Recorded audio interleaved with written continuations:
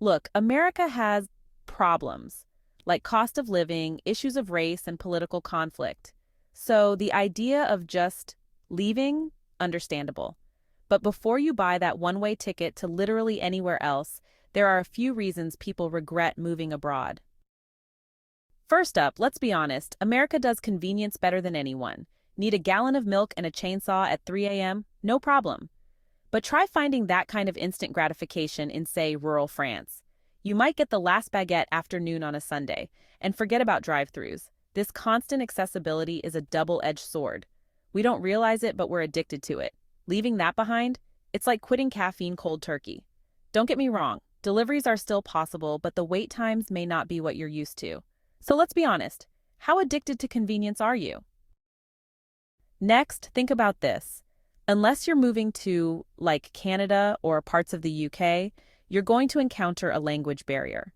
It's almost inevitable when you travel to a place where your native tongue isn't the primary language. And let me tell you, charades only gets you so far. You might think you're a master at it, but it's a different ballgame when you're trying to convey something specific, especially when you're trying to explain a complicated medical condition or, God forbid, order a decent cup of coffee. The frustration can be real, and sometimes it feels like you're hitting a wall. Sometimes a simple transaction like ordering from the deli, let's just say, it can be quite the experience. You can try learning the language, of course, and you should, but this can be frustrating. Language learning apps and translators will only get you so far. It's great for basics, but when it comes to real-life conversations, it can leave you hanging. So be prepared to be frustrated for a long time while you learn a new language. Now, this one should be obvious, but it's something a lot of people don't fully grasp until they're staring at a grocery bill and wondering how a loaf of bread can cost the equivalent of a small car. The differences in the value of money can be shocking. Then there are the banking systems and exchanging your currency. Trying to open a bank account in a different country can be stressful. Your funds, if protected at all, may not have the same level of coverage they would in the US. It's important to understand the local banking system and to make sure the bank you select is reputable and trusted. And don't even get me started on tipping. In some countries, it's an insult.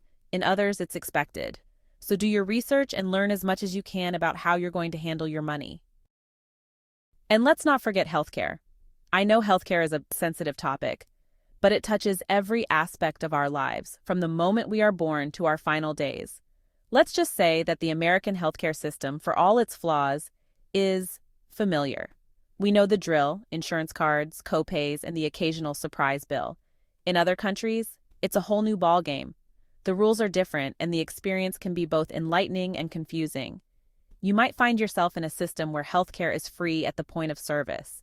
No bills, no insurance claims, just care. Free! It's a mind-blowing concept. Imagine walking out of a hospital without paying a dime. But then there's the flip side. Free doesn't always mean perfect. You might find yourself in a system where you have to wait months for a doctor's appointment. The wait can be excruciating. Or where the doctor's office looks suspiciously like a medieval torture chamber. The facilities might not be what you're used to. Trying to explain your symptoms to a doctor who doesn't speak your language? It's like playing a game of medical charades. Miscommunication can lead to misdiagnosis. Let's just say navigating healthcare abroad can try your patience at a time when all you want is to feel better. And then there's immersing yourself in a new culture. And that can be interesting, to say the least. You'll encounter different customs, different traditions, and entirely different ways of life that you might never have imagined.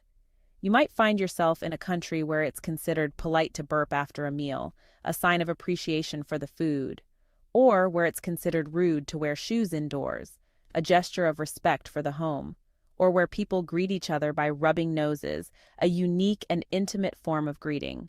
You'll also encounter different social norms that can be quite surprising. In some cultures, it's perfectly acceptable to stare at strangers, a form of curiosity rather than rudeness.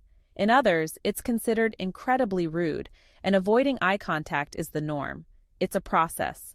A long, sometimes awkward, but often hilarious process of learning and adapting to these new cultural differences. And last but definitely not least is leaving family and friends behind. Now, I know we all have some people who we think that's not such a bad idea, but seriously, you'll miss those people too, even though you don't realize it now.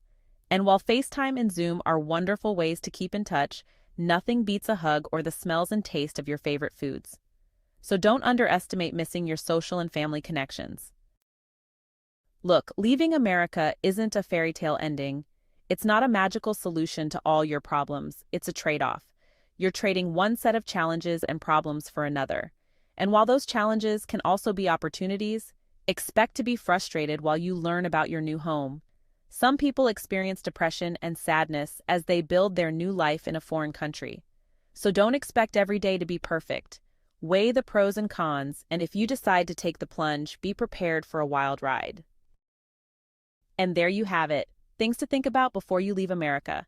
Thanks for watching, and don't forget to smash that subscribe button for more travel tips. As always, stay curious, and I'll catch you in the next video.